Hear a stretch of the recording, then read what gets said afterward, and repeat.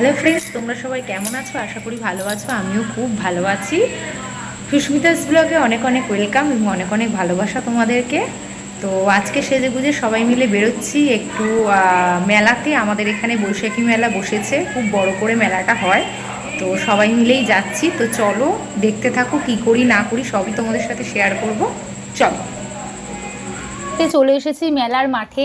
এটা হচ্ছে বৈশাখী মেলার মাঠ। বৈশাখী মেলার মাঠ নামেই পরিচিত, বিশাল বড় মাঠ।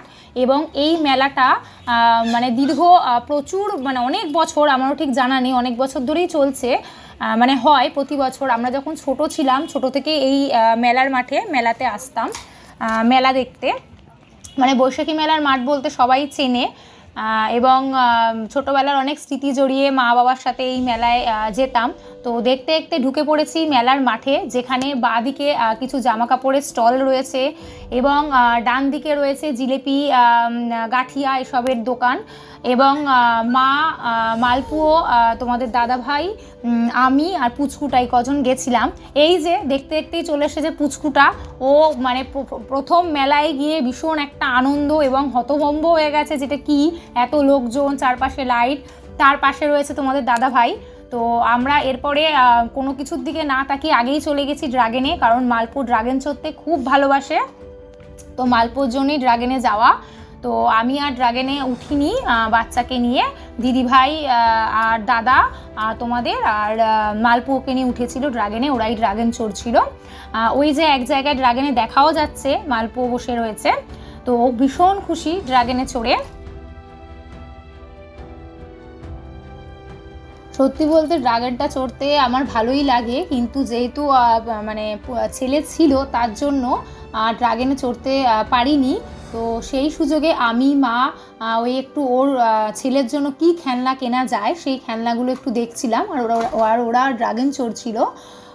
তো বৈশাখী মেলায় প্রচুর স্টল বসেছে, একে একে তোমরা দেখতে পাবে। মানে এমন কোনো স্টল নেই যে বৈশাখী মেলায় বসেনি, তোমরা দেখবে।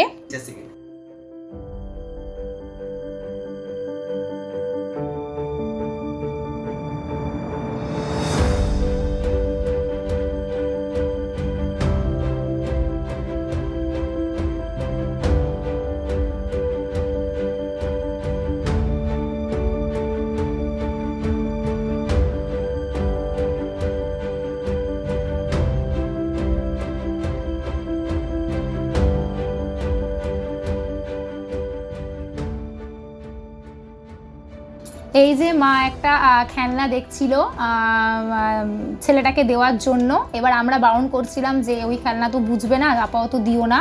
কিন্তু যেহেতু ছেলেও একটু গাড়ি দিকে তাকায় এবং ওর বাবারও যেহেতু গাড়ির একটু শখ ছিল খেলনার, তাই গিয়ে গাড়িটা দেখা হচ্ছিল। তারপরে মা দিদিরা চায়ের পাশে স্টল ছিল, ওই চায়ের স্টলে চা খাচ্ছিল। আমি তো খাই না, মা, দিদি আর তোমাদের দাদাভাই তিনজনেই খাচ্ছিল, আর আমি ছেলেকে নিয়ে দাঁড়িয়েছিলাম।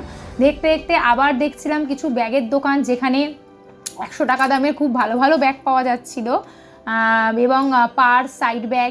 তার পাশেই রয়েছে বাচ্চাদের সব হেয়ারব্যান্ড, খেলনা, বাচ্চাদের সব খেলনাবাটির দোকান।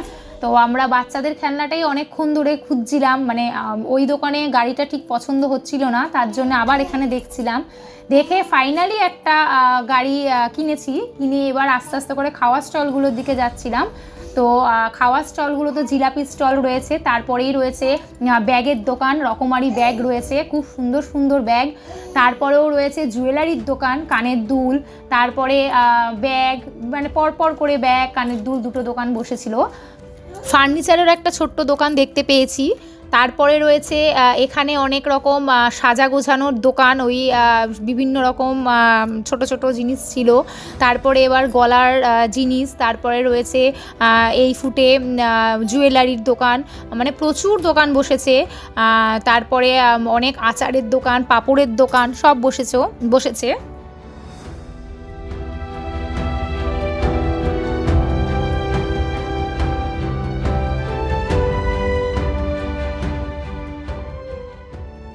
এখানে রয়েছে বাচ্চাদের খেলনার দোকান এবং খেলনাগুলো খুব সুন্দর সুন্দর ছিল, কিন্তু এই খেলনাগুলো আমার ছেলে খেলার এখনও বয়স হয়নি বলে কিনতে পারিনি। তারপরে এই যেটা আমার খুব ভালো লেগেছে, ফার্নিচারের দোকান, বিভিন্ন রকমের সোফা, টেবিল এত সুন্দর সুন্দর ছিল যে আমি কিছুক্ষণ দাঁড়িয়ে দাঁড়িয়ে দেখছিলাম ফার্নিচারগুলো। তারপরে চলে এসেছি আমরা ওই বিভিন্ন কাচের বাটি ফাটি গ্লাসের দোকান, এবং ওখানে রোলের দোকান, মানে এমন কোনো দোকান নেই যে বসেনি, রোল চাউমিন দেখতেই পাচ্ছ। এরই মাঝে আমরা মেলায় ঘুরতে ঘুরতে টুকটাক একটু ফুচকা ঘুগনি চপ এগুলো খেয়ে নিয়েছিলাম।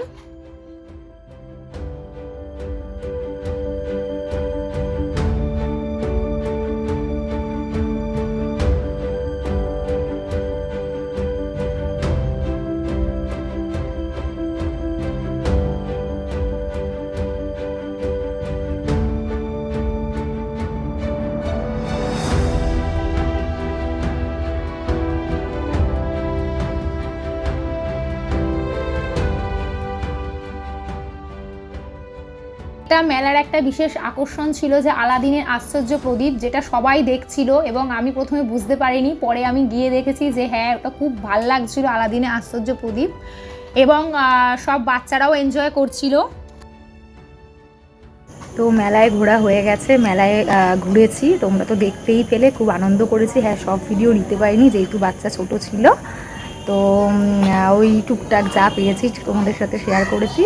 তো চলো আজকের মতো এখানেই শেষ, পরের নেক্সট ভিডিও আবার আসবে। চলো টাটা করে দেবো বাবা, টাটা।